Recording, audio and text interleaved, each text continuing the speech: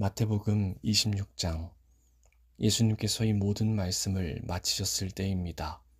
예수님께서 제자들에게 말씀하셨습니다.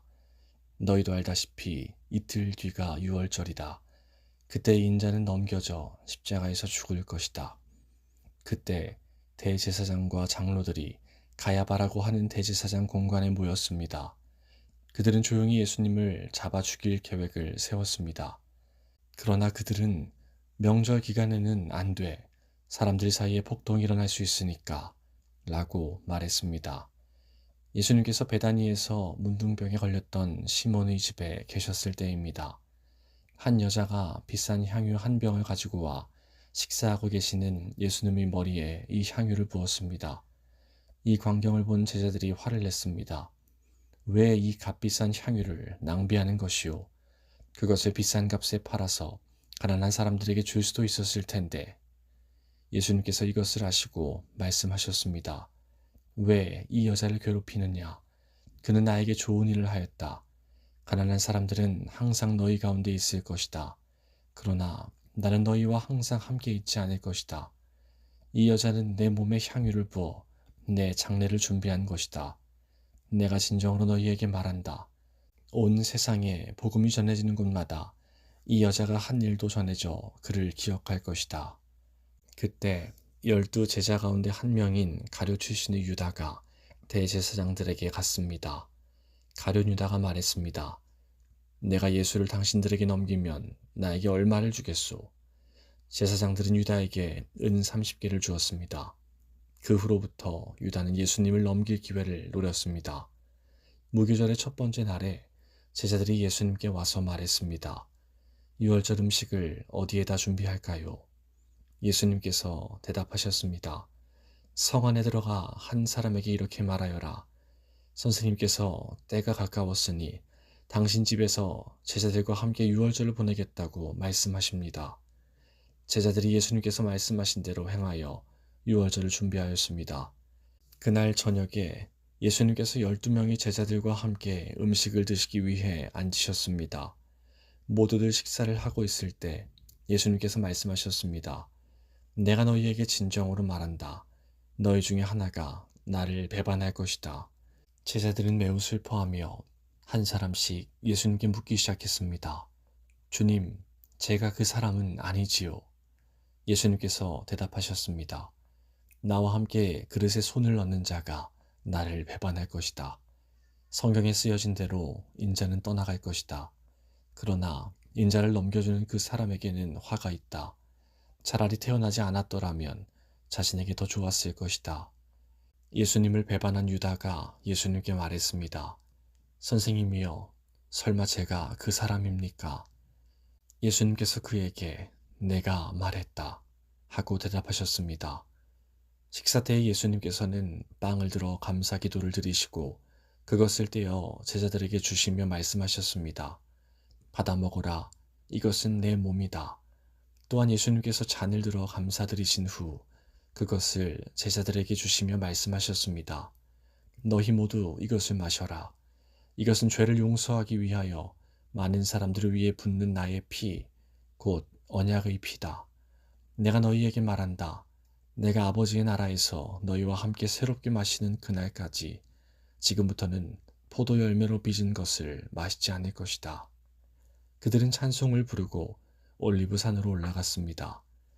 예수님께서 제자들에게 말씀하셨습니다. 오늘 밤 너희는 모두 나를 버릴 것이다.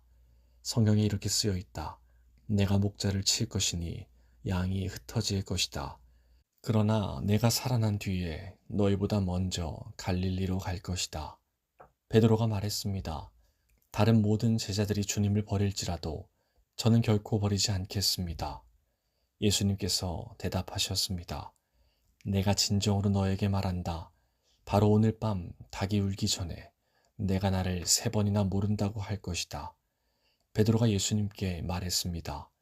주님과 함께 죽을지라도 결코 주님을 모른다고 하지 않을 것입니다. 다른 제자들도 모두 똑같이 말했습니다. 그때 예수님께서 제자들과 함께 겟세마네라고 불리는 곳으로 가셨습니다. 예수님께서 제자들에게 말씀하셨습니다. 내가 저기에 가서 기도하는 동안 여기 앉아 있어라. 그리고는 베드로와 세베대의 두 아들을 데리고 가셨습니다. 예수님께서는 매우 근심하시며 괴로워하기 시작하셨습니다. 예수님께서는 세 제자에게 말씀하셨습니다. 내 마음이 괴로워 죽을 지경이다. 여기서 머무르며 나와 함께 깨어 있어라. 그리고 나서 약간 떨어진 곳으로 가서 얼굴을 땅에 대고 기도하셨습니다. 나의 아버지, 할 수만 있다면 제게서 이 잔을 지나가게 해주십시오. 그러나 내 뜻대로 하지 마시고 아버지의 뜻대로 하시길 원합니다. 기도하신 후 제자들에게 오셔서 제자들이 자고 있는 것을 보시고 베드로에게 말씀하셨습니다. 너희들은 한 시간도 나와 함께 깨어 있을 수 없느냐? 깨어서 너희가 시험에 빠지지 않도록 기도하여라. 영은 원하지만 육체가 약하구나. 예수님께서 다시 가셔서 두 번째 기도를 하셨습니다. 나의 아버지, 이것이 제게서 지나갈 수 없고 제가 마셔야만 한다면 아버지의 뜻대로 되기를 기도합니다. 그리고 나서 다시 제자들에게 가셔서 제자들이 자고 있는 것을 보셨습니다. 그들은 너무 졸렸던 것입니다. 그래서 예수님께서는 제자들을 놔두고 다시 세 번째로 기도하셨습니다. 예수님께서는 같은 기도를 한 번 더 하셨습니다. 그 다음에 예수님께서 제자들에게 돌아오셔서 말씀하셨습니다. 아직도 자고 있고 쉬고 있느냐? 보아라, 때가 가까이 왔다. 인자가 죄인들의 손에 넘겨진다. 일어나라, 가자. 나를 배반한 사람이 가까이 오고 있다. 예수님께서 말씀하시는 동안 12제자 가운데 하나인 유다가 왔습니다. 대제사장과 백성들의 장로들이 보낸 많은 사람들이 칼과 몽둥이를 들고 유다와 함께 왔습니다. 예수님을 배반한 유다가 이들에게 내가 입맞추는 사람이 바로 그 사람입니다. 그를 잡으시오 라며 신호를 정해 주었습니다. 곧바로 유다는 예수님께 가서 말했습니다. 선생님 안녕하십니까? 그러면서 입을 맞추었습니다. 예수님께서 친구여 무엇하러 여기에 왔느냐 하고 묻자 사람들이 와서 예수님을 붙잡았습니다. 그러자 예수님과 함께 있던 제자 중 한 사람이 칼을 뽑았습니다. 그리고 대제사장의 종에게 칼을 휘둘러 그 종의 귀를 잘랐습니다. 예수님께서 그에게 말씀하셨습니다. 칼을 도로 제자리에 꽂아라. 칼에 쓰는 사람은 칼로 죽을 것이다. 너는 내가 내 아버지께 말씀드리면 즉시 12군단도 넘는 천사들을 보내주실 것을 생각하지 못하느냐. 그러나 만일 그렇게 하면 이 일이 반드시 일어난다고 한 성경 말씀이 어떻게 이루어지겠느냐. 그리고 나서 예수님께서 사람들에게 말씀하셨습니다. 너희는 마치 강도를 잡을 것처럼 칼과 몽둥이를 가지고 왔구나. 내가 성전에 앉아 매일 가르쳤지만 너희는 나를 잡지 않았다. 이 모든 것은 예언자의 글을 이루기 위해 일어난 것이다. 그때 모든 제자들이 예수님을 버리고 도망갔습니다. 예수님을 잡은 사람들이 예수님을 대제사장 가야바에게로 끌고 갔습니다. 거기에는 율법학자들과 장로들이 모여 있었습니다. 베드로가 예수님과 멀찍이 떨어져 따라가 대제사장의 공관 마당에 들어갔습니다. 그리고 결과를 보려고 경비원들 틈에 끼어 함께 앉았습니다. 대제사장들과 전체 의원들이 예수님을 죽이기 위해 예수님을 고소할 거짓 증거를 찾으려고 하였습니다. 많은 거짓 증언들이 나왔으나 아무 증거도 얻지 못하던 중 마침내 두 사람이 나왔습니다. 이들은 이 사람이 나는 하나님의 성전을 헐고 그것을 3일 만에 다시 세울 수 있다 라고 말했습니다. 라고 증언했습니다. 대제사장이 일어나서 예수님께 물었습니다. 당신은 아무 대답도 하지 않겠소? 이 사람들이 당신에게 불리한 증언을 하는 것에 대한 당신의 답변은 무엇이오? 그러나 예수님께서는 아무것도 말씀하시지 않았습니다. 다시 대제사장이 예수님께 물었습니다. 내가 살아계신 하나님께 맹세하고 당신에게 명령하니 우리에게 말하시오. 당신이 하나님의 아들 그리스도요? 예수님께서 대답하셨습니다. 내가 말했다. 그러나 내가 너희에게 말한다. 이제 이후로 인자가 전능하신 자의 오른쪽에 앉아있는 것과 하늘구름을 타고 오는 것을 볼 것이다. 그러자 대제사장이 자기 옷을 찢으며 말했습니다. 이 사람이 하나님을 모욕했다. 더 이상 증인이 필요 없다. 여러분 모두가 이 사람이 하나님을 모독하는 것을 들었다. 어떻게 생각하는가? 사람들이 대답했습니다. 죽어 마땅합니다. 그리고 사람들은 예수님의 얼굴에 침을 뱉고 주먹으로 치고 손바닥으로 때리며 그리스도야, 누가 너를 때렸는지 맞춰보아라 하고 말했습니다. 베드로가 대제사장 공관 마당의 바깥쪽에 앉아 있었습니다. 그때 어떤 여자 하인이 와서 말했습니다. 당신도 갈릴리 사람 예수와 함께 있었지요. 그러자 베드로는 당신이 무슨 말을 하는지 모르겠소 라며 모든 사람들 앞에서 그렇지 않다고 말했습니다. 베드로가 대문 있는 데로 나가자 다른 여자 하인이 거기 있던 사람들에게 말했습니다. 이 사람은 나사렛 예수와 함께 있던 사람이에요. 또다시 베드로는 나는 그 사람을 모릅니다 라고 맹세를 하며 그렇지 않다고 말했습니다. 잠시 후 서 있던 어떤 사람들이 베드로에게 가서 말했습니다. 분명히 너는 그들과 한패다. 내 말씨를 보니 틀림없다. 그러자 베드로는 저주를 하며 맹세했습니다. 나는 저 사람을 모릅니다. 그러자 바로 닭이 울었습니다. 베드로는 지난번 예수님께서 자기에게 하신 말씀이 기억났습니다.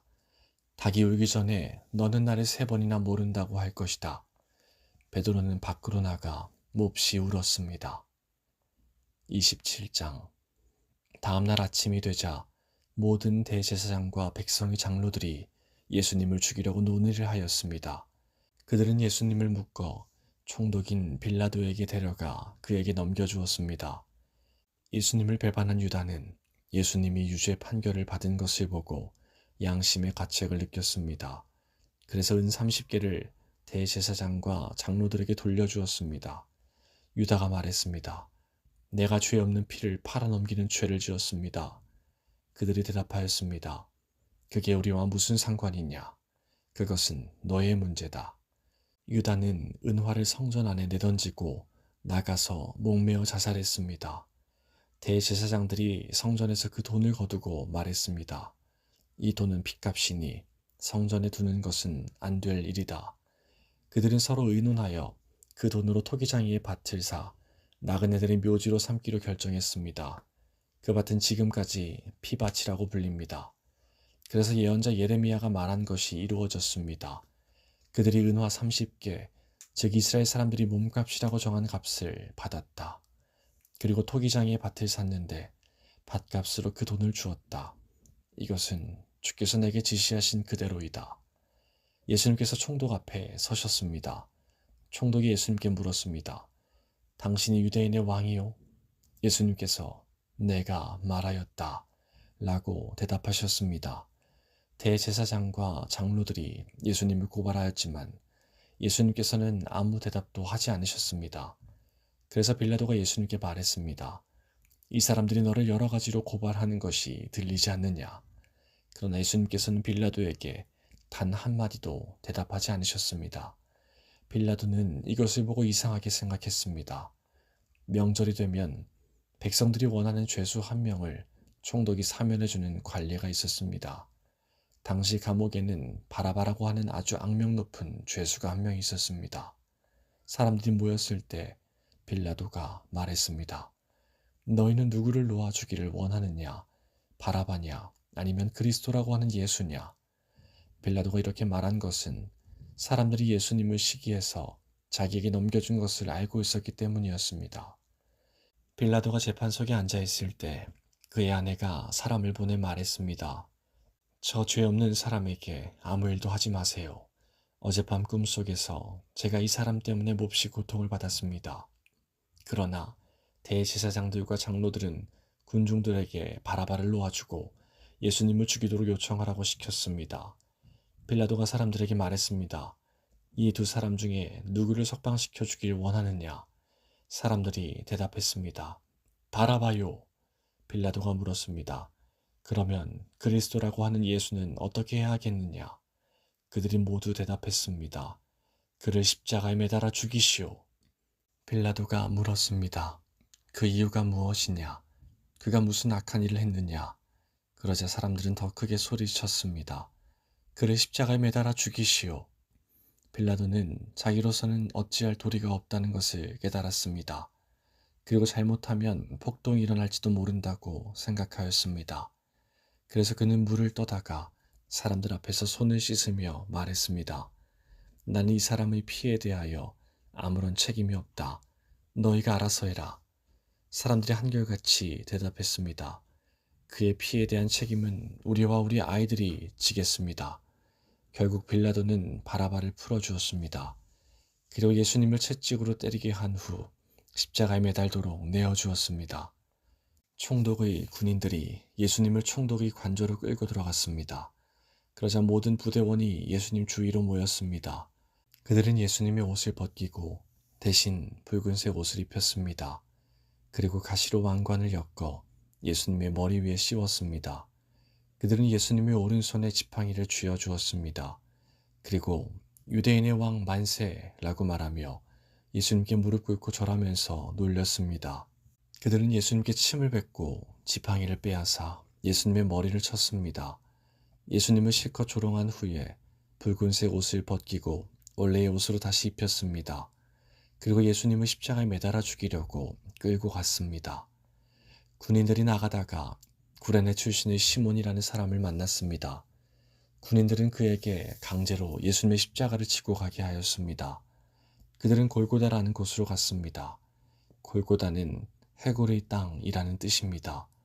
군인들은 예수님께 쓸개즙을 섞은 포도주를 주어 마시게 하였습니다. 그러나 예수님께서는 맛을 보시고는 마시려고 하지 않으셨습니다. 군인들이 예수님을 십자가에 못 박고 제비를 뽑아 예수님의 옷을 나누어 가졌습니다. 그리고 거기 앉아서 예수님을 계속 지켜보았습니다. 그들은 예수님의 머리 위에 이 사람은 유대인의 왕 예수다 라고 쓴 죄패를 걸어 놓았습니다. 그때 두 강도가 예수님과 함께 십자가에 못 박혔습니다. 한 사람은 오른쪽에 다른 한 사람은 왼쪽에 매달렸습니다. 지나가던 사람들이 고개를 저으면서 예수님께 욕을 하였습니다. 성전을 헐고 3일 만에 다시 세운다는 사람아, 내 자신이나 구원하여라. 만일 하나님의 아들이라면 십자가에서 내려와 보아라. 이와 같이 대제사장들도 율법학자들과 장로들과 함께 예수님을 조롱하며 말했습니다. 이 사람이 다른 사람들은 구하면서 자기 자신은 구하지 못하는구나. 그는 이스라엘의 왕이니 지금 십자가에서 내려오라지. 그러면 우리가 그를 믿겠다. 그가 하나님을 믿는다는데 하나님께서 원하신다면 그를 당장 구원해 주시라고 그래라. 자신이 나는 하나님의 아들이다 라고 했으니까 말이다. 예수님과 함께 십자가에 못 박힌 강도들도 똑같은 욕을 예수님께 했습니다. 낮 12시부터 오후 3시까지 온 땅이 어둠에 덮였습니다. 오후 3시쯤에 예수님께서 엘리, 엘리, 라마 사박다니 하고 큰 소리로 외치셨습니다. 이 말은 나의 하나님, 나의 하나님, 어찌하여 나를 버리셨습니까? 라는 뜻입니다. 거기 서 있던 사람들이 이 말을 듣고 말했습니다. 이 사람이 엘리야를 부른다. 그러자 얼른 한 사람이 뛰어가서 해면을 가져다 신 포도주를 적셨습니다. 그리고 예수님께서 마시도록 지팡이에 매달아 주었습니다. 나머지 사람들이 말했습니다. 가만 놔두어라. 엘리야가 그를 구원하러 오나 보자. 다시 예수님께서 큰 소리로 외치셨습니다. 그리고 숨을 거두셨습니다. 그때 성전 휘장이 위에서부터 아래까지 두 조각으로 갈라졌습니다. 땅이 흔들리고 바위들이 쪼개졌으며 무덤이 열리고 잠자던 많은 성도들의 몸이 다시 살아났습니다. 예수님께서 부활하신 후 그들은 무덤에서 나와 거룩한 성으로 들어가서 많은 사람들에게 나타나 보였습니다. 예수님을 지키던 백부장과 병사들이 지진과 일어난 모든 일들을 보고 매우 놀라면서 말했습니다. 이 사람은 정말로 하나님의 아들이었다. 많은 여자들이 멀리 떨어진 곳에서 이를 지켜보고 있었습니다. 이들은 갈릴리에서부터 예수님을 섬기려고 따라온 사람들이었습니다. 그 중에는 막달라 마리아와 야고보와 요셉의 어머니 마리아, 그리고 세베대의 아들들의 어머니가 있었습니다. 그날 저녁 요셉이라는 아리마대 출신의 한 부자가 왔습니다. 그도 역시 예수님의 제자였습니다. 요셉은 빌라도에게 가서 예수님의 시신을 달라고 요청했습니다. 그러자 빌라도는 요셉에게 넘겨주라고 군인들에게 명령하였습니다. 요셉은 그 시체를 가져다가 깨끗한 천으로 둘렀습니다. 그리고 바위를 뚫어 만든 자신의 새 무덤에 예수님의 시신을 모셨습니다. 그는 큰 돌을 굴려 무덤의 입구를 막고 돌아갔습니다. 막달라 마리아와 다른 마리아가 무덤 맞은편에 앉아 있었습니다. 이튿날 곧 준비일이 지난 후에 대제사장들과 바리새파 사람들이 빌라도에게 왔습니다. 그들은 말했습니다. 각하, 그 거짓말쟁이가 살아있을 때 내가 3일 뒤에 살아날 것이다 라고 한 말이 기억납니다. 그러니 명령을 내리셔서 3일째 되는 날까지 그 무덤을 꼭 지키게 하십시오. 그의 제자들이 와서 시체를 훔쳐간 후 사람들에게 그가 다시 살아났다고 할 수도 있습니다. 그러면 이번 속임수는 처음 것보다 더 나쁜 결과를 가져올 것입니다. 빌라도가 말했습니다. 경비병들을 데리고 가서 당신들이 할 수 있는 대로 무덤을 지키시오. 그렇게 해서 그들은 무덤에 가서 돌을 봉인하고 경비병들을 시켜 입구를 지키게 하였습니다. 28장 안식일 다음 날, 즉 한 주의 첫날 동틀 무렵에 막달라 마리아와 다른 마리아가 무덤을 보러 갔습니다. 그때 강한 지진이 일어나고 하나님의 천사가 하늘에서 내려왔습니다. 그 천사는 돌을 굴려 치우고 그 위에 앉았습니다. 그 모습은 번개와 같았고 옷은 눈처럼 희었습니다. 경비병들이 그 천사를 보고 두려워 떨었고 마치 죽은 사람처럼 되었습니다. 천사가 그 여자들에게 말했습니다. 두려워하지 마라. 너희가 십자가에 못 박히신 예수님을 찾고 있다는 것을 알고 있다. 예수님은 여기 계시지 않다. 말씀하신 대로 다시 살아나셨다.